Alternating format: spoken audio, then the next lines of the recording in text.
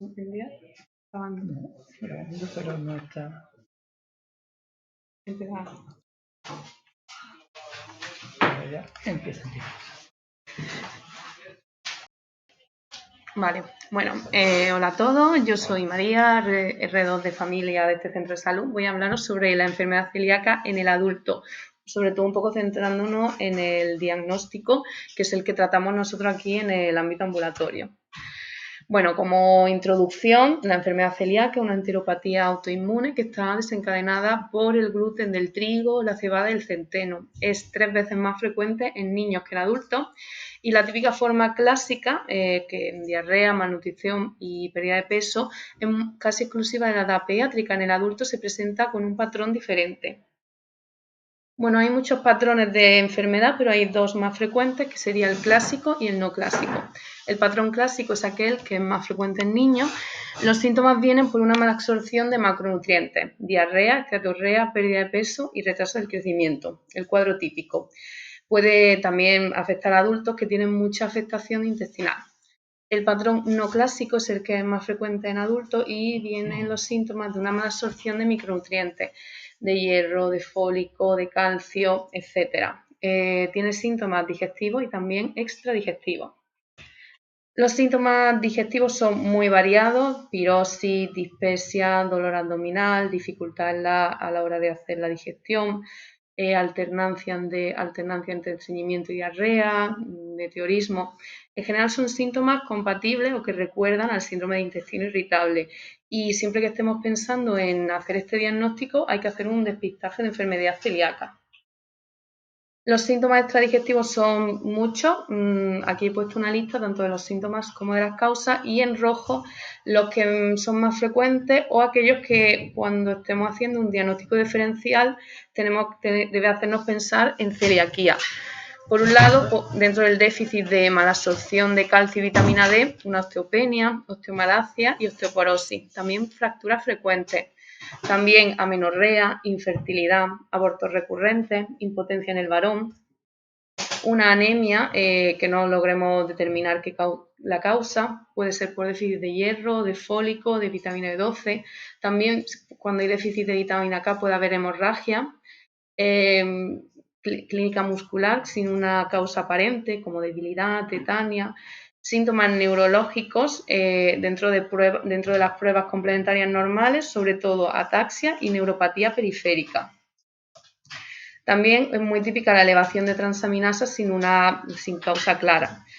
Las cutáneas, equimosis, petequia, edema. He puesto aquí las imágenes de la dermatitis herpetiforme, que es la que se asocia más, es la más típica, pero es muy poco frecuente. Las lesiones son unas vesículas ampollosas que recuerdan al de un herpes, pero que se pueden distribuir en toda la superficie corporal. El cribado. Bueno, las guías hoy en día recomiendan el cribado en adultos asintomáticos que pertenecen a algún grupo de riesgo. Los grupos de riesgo son, por un lado, familiares de primer grado, de individuos con celiaquía, enfermedades autoinmunes, preferentemente diabetes tipo 1, la enfermedad de tiroides autoinmune y la hepatitis autoinmune. También cromosomopatías como el síndrome de Down, el de Turner o el de Williams-Beuren, y un déficit de IgA. El cribado se hace, como ahora veremos después, igual que el diagnóstico primero, con una serología anticuerpos antitraglutaminasa del tipo IgA. Si fuera negativa y la sospecha muy alta, estaría indicado hacer un estudio genético buscando los HLA DQ2, DQ8. Un estudio genético, negativo descarta con bastante probabilidad la enfermedad celíaca. El diagnóstico, siempre partiendo de una sospecha clínica por la clínica que hemos hablado antes o por grupos de riesgo, lo primero es confirmar que el paciente esté consumiendo gluten. No debe de dejar el gluten de la dieta, ya que puede dar falsos negativos. Después pedimos dos cosas: los anticuerpos antitransglutaminasa 2 IgA y la IgA total. De dar positivo, criterio de llevar a digestivo para realizar endoscopia digestiva alta con toma de biopsia. Si son negativos, vemos si existe déficit de IgA. Si lo existe, habría que pedir los anticuerpos de tipo IgG. De dar positivo, lo mismo, derivamos a digestivo. Si da negativo, tanto estos anticuerpos o el paciente no tiene un déficit, habría que valorar un diagnóstico alternativo. Aún así, si hay una alta probabilidad clínica y se descarta otro diagnóstico, también estaría indicado la derivación.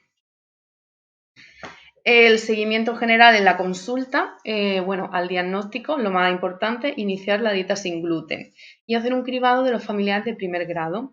También es importante la vacunación del neumococo, que está recomendada, hacer una educación sobre la enfermedad y se puede valorar hacer una densitometría ósea.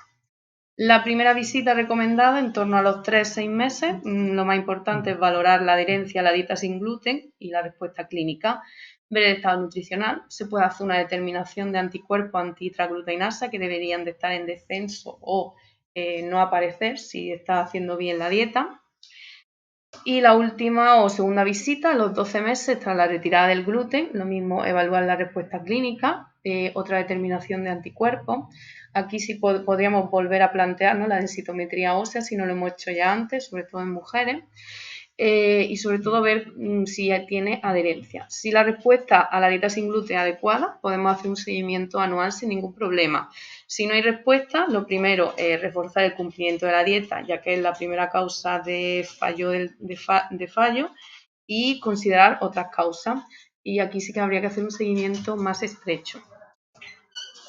Los criterios de derivación a digestivo son pacientes que la serología nos dé positiva, aquellos que en una biopsia duodenal hecha por cualquier causa ha dado histología compatible, el MAS, pacientes con serología negativa pero una sospecha clínica muy fuerte o que tienen a grupos de riesgo, y pacientes diagnosticados de celiaquía pero una respuesta inadecuada a la dieta sin gluten.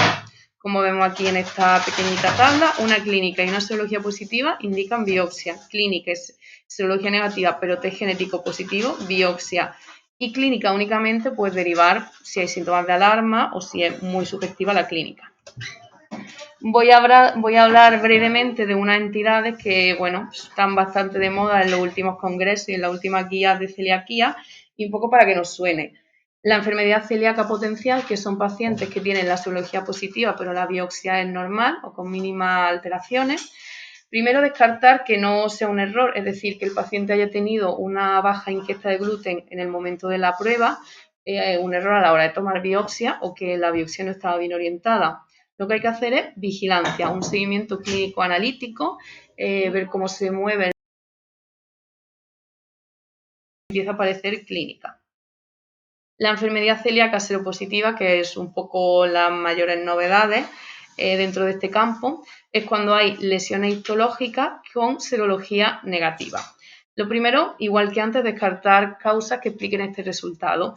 Una baja ingesta de gluten, un déficit de IgA o un paciente con tratamiento inmunosupresor.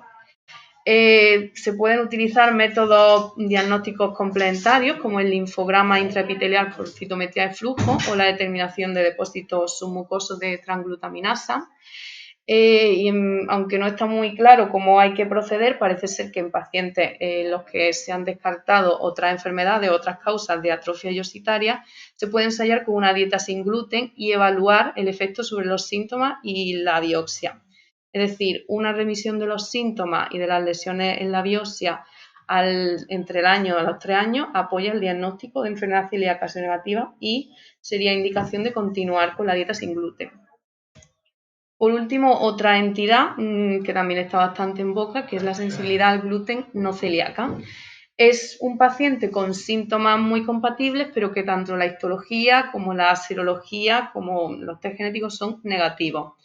Para el diagnóstico hay que descartar enfermedad celíaca, es decir, lo que he dicho, serología y histología negativa. Descartar una alergia al trigo mediante elevación de IgE en sangre con las pruebas cutáneas. Los síntomas mejoran con dietas sin gluten y empeoran cuando el paciente reintroduce gluten en la dieta. Se habla de utilizar una posible estrategia de doble ciego para evaluar la reacción clínica del paciente cuando se reintroduce el gluten. Básicamente, administrar gluten o placebo, ni el médico ni el paciente sabrá qué es lo que se está administrando durante una semana, hacer un descanso de una semana y volver a reintroducir el gluten o el placebo otra semana para ver cuál es el efecto en el paciente, es decir, si sus síntomas sí que hablan o no, sí que en lo que se está hablando, aunque es verdad que no se está tampoco llevando mucho a cabo.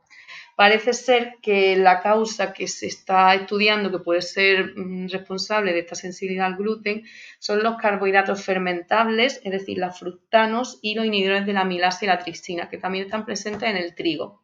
Y a lo mejor suena la dieta FODMAP, que es la que se suele dar a estos pacientes, FODMAP, se suele dar en estos pacientes los que realmente tienen muchos síntomas compatibles, pero no se encuentra una causa clara. Los datos clave, bueno, que lo más importante, la determinación inicial siempre con los anticuerpos antitraglutamina tipo IgA. No se recomiendan ni los antiendomisio ni los anticleadina para determinación diagnóstica. No retirar el gluten de la dieta hasta que no haya confirmación histológica, incluso si la histología ha sido positiva. Basta con tomar gluten en más de una comida durante al menos 6 semanas. La serología negativa no excluye el diagnóstico en adultos, hay que hacer biopsias si tenemos una alta sospecha. La biopsia es la que nos da la gravedad y el diagnóstico se confirma con desaparición de la clínica y negativización de anticuerpos tras iniciar dieta sin gluten. La dieta sin gluten es el único tratamiento actual y también la causa más frecuente de fracaso es la ingesta inadvertida de gluten.